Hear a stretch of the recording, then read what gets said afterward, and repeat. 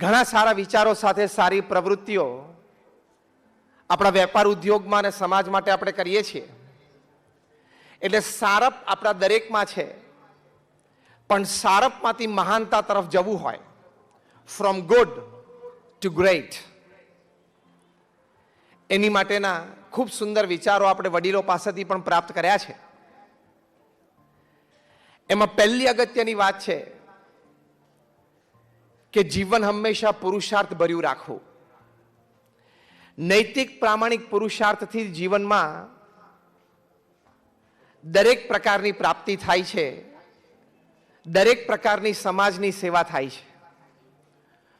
તો નૈતિક પ્રામાણિક પુરુષાર્થથી કોઈ દિવસ પાછું ના પડવું, શ્રદ્ધા ઓછી ના કરવી, શરમાવું નહીં. આફ્રિકાના જંગલ માટે એક કહેવત છે કે રોજ સવારે જ્યારે સૂર્યોદય થાય ત્યારે જે ધીમામાં ધીમું હરણ હોય એને ઝડપીમાં ઝડપી સિંહ કરતા થોડુંક તો ઝડપી દોડવું પડે જો એને સાંજ જોવી હોય તો. અને જે ધીમામાં ધીમો સિંહ હોય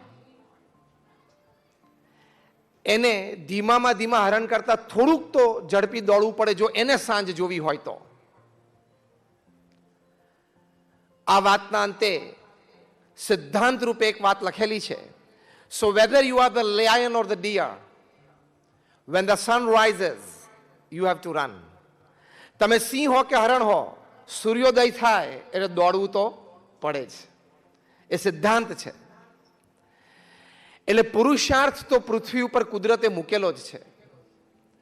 પશુ પંખી માત્રમાં પણ પુરુષાર્થ છે. માટે આપણે પણ હંમેશા પુરુષાર્થને વરેલા થવું. સફળતા પણ એ જ વ્યક્તિને મળે છે જે સતત પુરુષાર્થને વરેલા હોય છે. દુનિયાના સૌથી ધનાઢ્ય વ્યક્તિ બિલ ગેટ્સ એક વખત એક નાનું સ્ટાર્ટઅપ માઇક્રોસોફ્ટથી એમણે શરૂઆત કરી. એ 8 ધોરણ ભણેલા છે, પણ દુનિયાના સૌથી સેલ્ફ મેડ બિલિયનર બન્યા.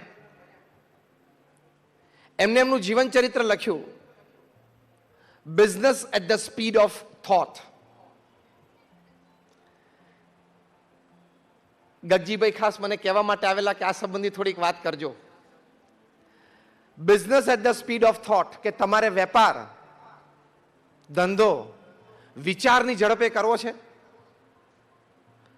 તો બિલ ગેટ્સે, જે માઇક્રોસોફ્ટના અત્યારે તો ચેરમેન એમેરિટસ છે, એમણે પોતાના જીવન ચરિત્રમાં 3 વાત લખી છે. દરેક પાટીદાર યુવાને આ જીવન ચરિત્ર ચોક્કસ વાંચવું જોઈએ. કે એક સામાન્ય બુદ્ધિ ધરાવતી, સામાન્ય ભણતર ધરાવતી અને સામાન્ય પરિવારના બેકગ્રાઉન્ડમાં ધરાવતી એક વ્યક્તિ આ કક્ષા સુધી પહોંચી શકે. એમણે આ પુસ્તકમાં જે પોતાનું જીવન ચરિત્ર છે business at the speed of thought, એમાં લખ્યું છે,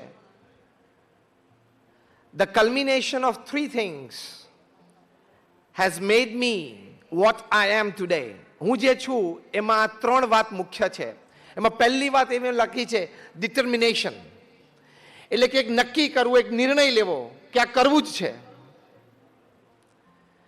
પ્રમુખ સ્વામી મહારાજના ગુરુ શાસ્ત્રીજી મહારાજ આ વાત કરતા, જેમણે આ BAPS સંસ્થા વિશ્વવ્યાપી બનાવી.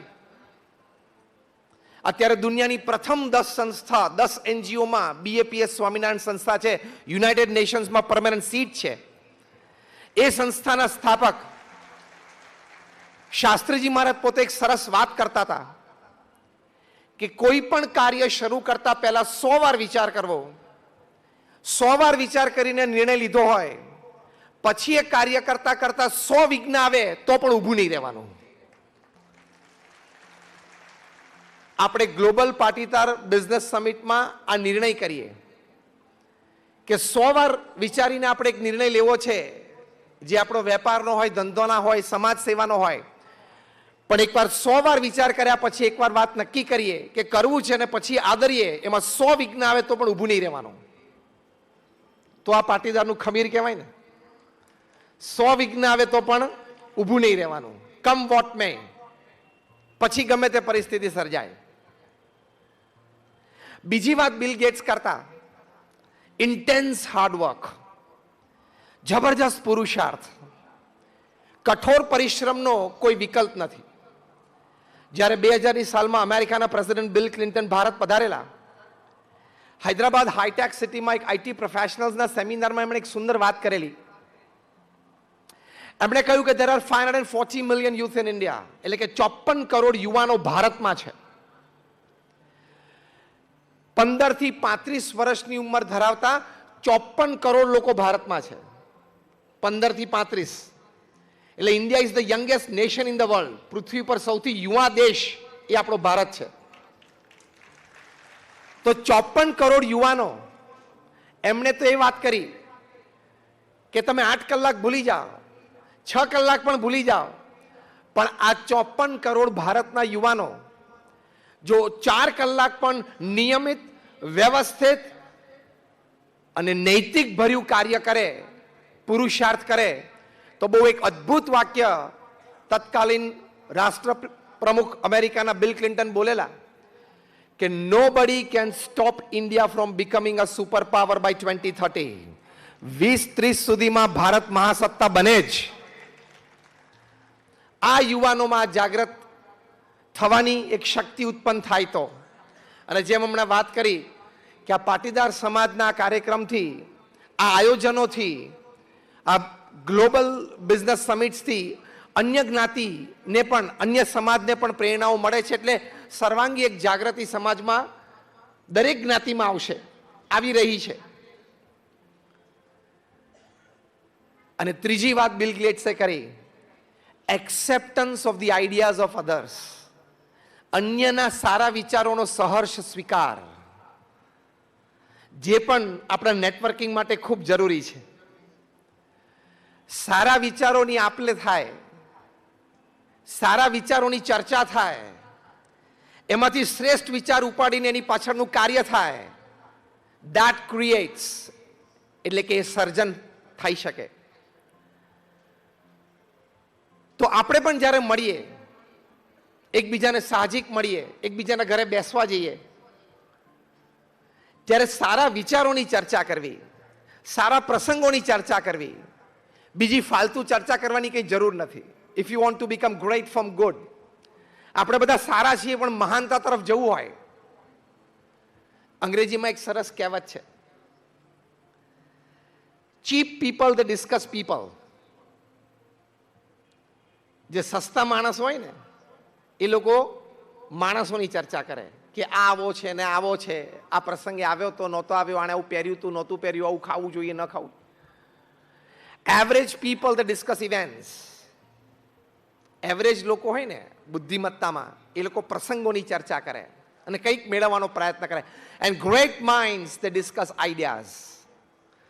મહાન બુદ્ધિજીવી વ્યક્તિઓએ હંમેશા આઈડિયાઝની ચર્ચા કરે, અને આઈડિયાઝની ચર્ચામાંથી જ ઘણું નવું સર્જન છે. આજે બેંગ્લોર છે, it is the startup capital of the world. દુનિયાનું સ્ટાર્ટઅપ કેપિટલ, રાજધાની. નવા નવા વિચારો સાથે નવો નવો વેપાર ધંધો.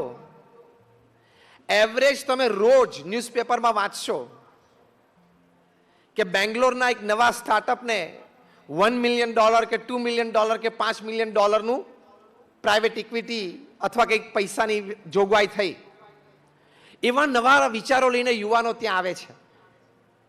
એટલે આપણે પણ ટ્રેડિશનલ કામ ધંધા અહીંયા સુરતમાં ઘણા છે, ડાયમંડ અને ટેક્સટાઇલ છે જ, પણ એ સિવાય ઘણા બધા સ્ટાર્ટઅપનો પણ વિચાર કરવો.